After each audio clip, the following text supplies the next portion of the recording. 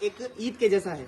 ये ईद हम किस लिए बनाते हैं? देखिए 15 अगस्त 1947 को तमाम हिंदुस्तान को आज़ादी मिली, पूरे हिंदुस्तान को अंग्रेजों से आज़ादी मिली। तकरीबन 300 साल तक हुकूमत करने वाले अंग्रेजों ने हमारे से बहुत सारी कुर्बानियां ली। जलियांवाला बाग, लाखों की तादाद में हम हिंदुस्तानियों ने सर कटाए।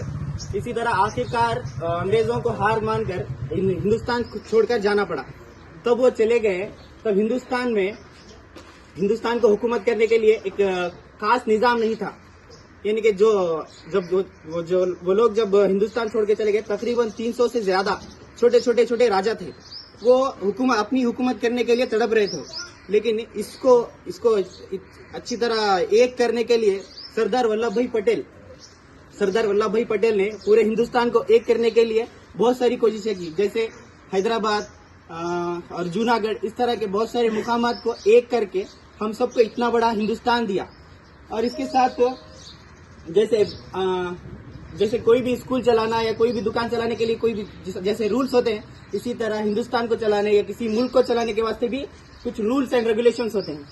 इसके लिए डॉक्टर BR अम्बेडकर और उनके बड़े बड़े रहनुमा, उनके दोस्तों के साथ पूरे हिंदुस्तान के जो भी बड़े बड़े मुफक्किरीन थे, आलिम थे, वो सब क्या करे, एक संविधान यानी कि दस्तूर लिखने की कोशिश करे। और वो दस्तूर लिखना इतना मामूली बात नहीं थी। दस्तूर लिखना, वो बहुत सारे मुकामात का सफर किए, वहाँ के दस्तूरों को उन्होंने पढ़ा। इसके बाद वो है ना हमारे हिंदुस्तान के दस्तूर को तैयार करे।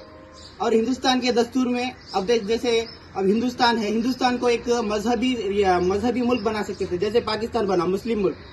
और इसी तरह दूसरे मुल्क हर एक मजहब के बेस के ऊपर बने। लेकिन हमारे हिंदुस्तान के रहनुमाओं ने इसे किसी भी इस मुल्क को किसी भी मजहब के सपर्द नहीं किया। इसे है ना एक सेकुलर मुल्क यानी गैर मजहबी मुल्क करार दिया, जिसमें हिंदू, मुस्लिम, सिख, ईसाई वो सब क्या करते, वो सब आपस में भाई बन के रहते। किसी के रंग पर, किसी की जात पर किसी को ऊंचा मकाम भी नहीं दिया और किसी को नीचा मकाम भी नहीं दिया। सबको बराबर का हक दिया। जिसको जरूरत थी उसको रिजर्वेशन दिए। रिजर्वेशन क्या है? वो किसी को अपलिफ्टमेंट के लिए है, वो ना कि नाइंसाफी है। हर एक चीज को नाइंसाफी की हमारे मुल्क से दूर की। और इसी तरह और यही दस्तूर में हमें है ना रूल्स एंड रेगुलेशन के साथ साथ हमें है नहीं राइट्स दिए गए। एजुकेशन का हक दिया, फ्री एजुकेशन, देन हेल्थ के लिए हमें कहीं भी जा सकते, हम ऑल ओवर इंडिया हम कहीं भी फिर सकते। ये पूरी आज़ादी हमें इसी संविधान से मिली। और आखिर में मैं अपनी बात एक शेर से, यानी कि ये 2 दिन है यौम जमहूरिया, हमें उसे उर्दू में कहते हैं यौम जमहूरिया, गणराज्योत्सव।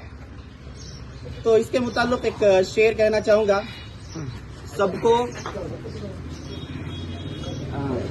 सबको मिलाने आ गया जमहूर का ये दिन, नफरत मिटाने आ गया जमहूर का ये दिन, पैगाम दे रहा है हमें शांति का ये, सबको मिलाने आ गया जमहूर का ये दिन।